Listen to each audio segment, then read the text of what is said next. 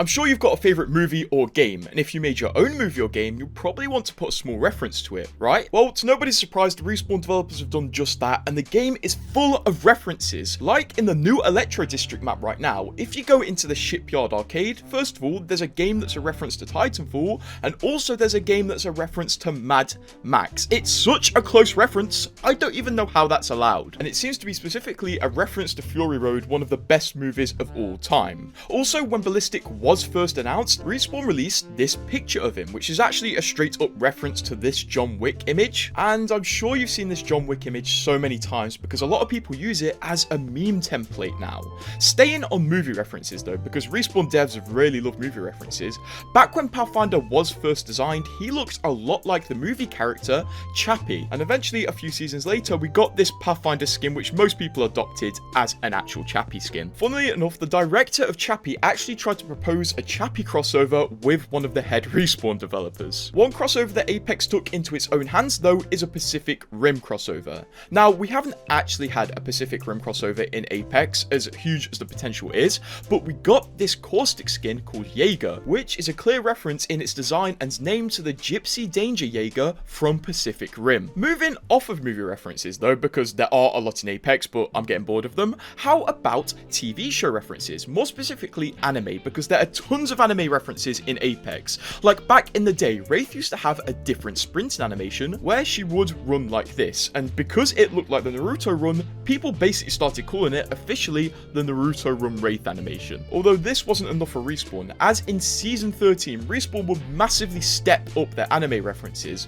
with a whole event dedicated to anime references called the Gaiden event. Every single skin in this event was based off an anime, but because it wasn't officially licensed, Respawn had to be a bit sneaky and not make the references look too close to the source material. For example, we had this Revenant skin, which is a reference to the Avas from Evangelion. A lot of people argue to which Ava it's specifically referencing, I'll leave that up to you. Also, the matching banner post to this skin was called Rerun, which is a reference to the remake of the Ava series. Next, we have Lightning Spirit Watson, which was very clearly a reference to Naruto. I mean, seriously, look at this. Down to the hair, it's a loyal reference, and also the logos on her shoulders are Sharingan references. And if you weren't confident this was a Naruto reference skin, I mean, just look at this banner pose. You can't even argue that. Mirage's skin is a reference to My Hero Academia, and more specifically, Deku. There are references in his pose and actual skin, and this is one of the best Mirage skins, in my opinion at least. To finish off the legendary skin references, we had this Octane skin, which Respawn actually had to change because their reference was a bit close to what they were referencing.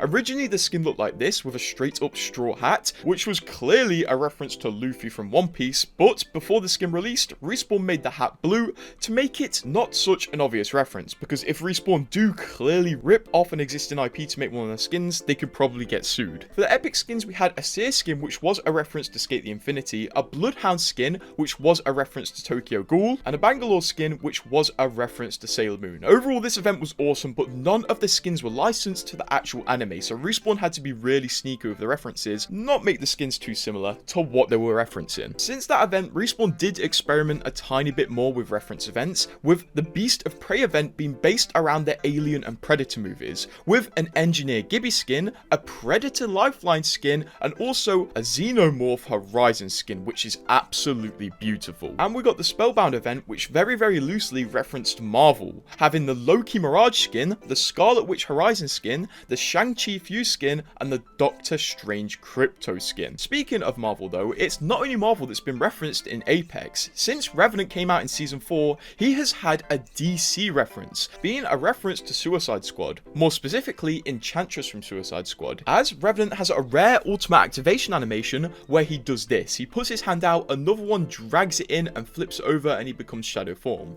which is pretty much identical to this scene from the Suicide Squad, where the same thing happens and results in the Enchantress becoming a shadow form of herself. Weirdly enough, that's not the only reference in Revenant's ultimate animations, as he also has this ultimate animation, which is very rare, and people do say this animation is a direct reference to Naruto's hand signs. So weirdly enough, there's actually two references to the Naruto hand signs in Apex, because, you know, why not? Staying on anime though, one of the actually 100% confirmed references we have is from this Wraith finisher. As it turns out, this was directly inspired by Dragon Ball Z, as revealed by one of the animators working on Apex, who is also the best developer working on Apex. Although at this point, I'm sure you're fed up of anime references in Apex. So what about Apex actually referencing the community? Well, there's two recent examples of this. First of all, with Crypto's new perk, he had it named after a community joke, as a few years ago there was a joke in the community about giving Crypto a new passive called Off the Grid, and this became a giant copy pasta in the Apex community. So naturally, when Respawn added a perk where Crypto could go invisible, they had to name it Off the Grid. A really cool reference. Another reference was in Ash's heirloom animations, as she has an animation where she pulls out her rat like this, and this is definitely a reference to this image which was created a few weeks after Ash came out, where people were requesting her heirloom to literally be a rat. And also, this request was inspired by this image right here. So this is a reference in a reference. Bravo Respawn, you guys are genius over there. And Respawn haven't really calmed down with the references in recent years. They've still been going pretty crazy on them, as in one of the recent lore comics where Octane goes to his dad's funeral, he enters like this on his bike, which is literally shot for shot the bike slide scene from Akira, which is a really cool reference. Another recent film reference we had was a really cool one, because in the recent trailer where Respawn were showing off the brand new Akimbo system, Mirage says this. Say hello to my little friend's little friend. Which is such an awesome reference to Scarface, of course. Say hello to my little friend.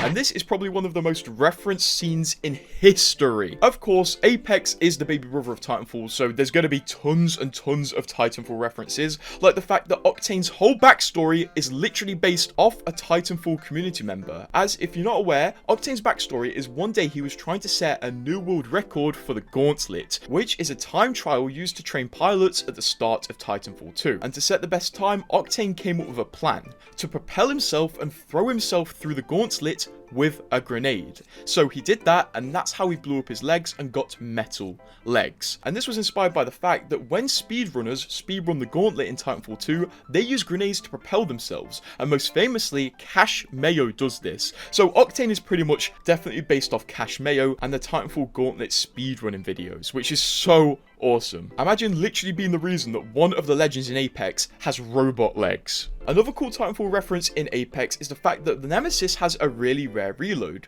where the player reloads it like this, which is literally the same animation that Iron Titan uses to reload its splitter rifle in Titanfall 2. If you're not aware, the splitter rifle and Nemesis are very similar weapons, so it's not surprising that Respawn added this little reference. And believe it or not, there's actually an Easter egg in game right now that's not been figured out, but requires players to recreate a certain movie scene in the firing range to spawn the newest Nessie doll. Currently, as of recording, nobody's figured out how to do this, but developers have been dropping hints, and I'm sure they'll drop more in the future if people don't figure out how to do this Easter egg. So get your reference brain going and try to make some famous movie scenes with Nessies in the firing range. Maybe you'll find the next big Easter egg. And subscribe to stay updated with progress on this Easter egg hunt.